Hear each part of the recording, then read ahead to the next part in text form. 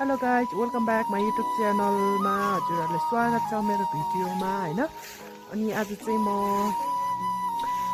भर्खर मकै घोरेर गाई बाँधेर हैन, दिउँसो त अब भिडियो बनाउनु पनि पाउँदैन हैन, काम गर्नु पर्यो दिउँसो त खासै धेरै फुर्सद पनि पाउँदैन हैन दिउँसो चाहिँ। अनि अब एकछिन टाइम छ, बेलुका भएपछि एकछिन टाइम हुन्छ हैन। अनि त्यो टाइममा चाहिँ भिडियो बनाउन लाग्यो गाइज, तपाईँहरूले माया गरिदिनु होला, सपोर्ट गरिदिनु होला हैन।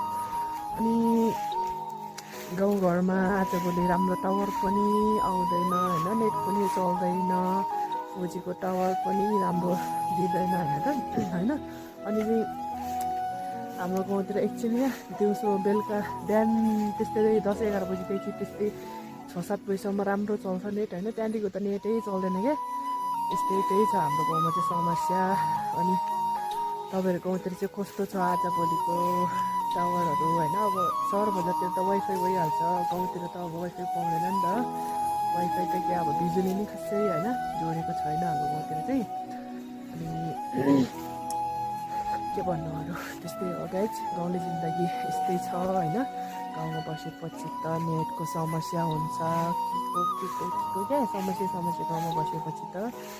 अनि तर गाउँमा बस्नुको फाइदा चाहिँ एउटा छ है गाइज हैन, हाम्रो गाउँतिर बस्नुको फाइदा चाहिँ गाइज यही छ हैन। अब गाउँतिर यस्तो राम्रो हैन देख्छ कि, हेर्नु ल तपाईँहरू नै हेर्नु सक्नुहुन्छ गाइज।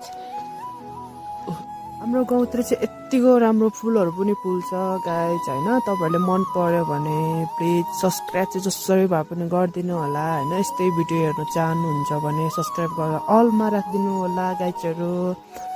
अनि हेर्नु सक्नुहुन्छ गाइजहरू हैन, बिहानै शीत परेको भने यस्तो राम्रो देख्छ कि यो फुलहरू हैन। फुलहरू पनि रङ्गीको फुलहरू छ हाम्रो गाउँको अलि मास्तिर चाहिँ हैन गाइज। यो चाहिँ ठ्याक्कै गाउँमै हो, गाउँको भिडियो हो गाइज यो चाहिँ हैन। ल गाइज, गाउँमा बस्नुको फाइदा चाहिँ यही हो हैन, तपाईँहरू देखिसक्नुभयो होला, राम्रो छ ठाउँहरू हैन।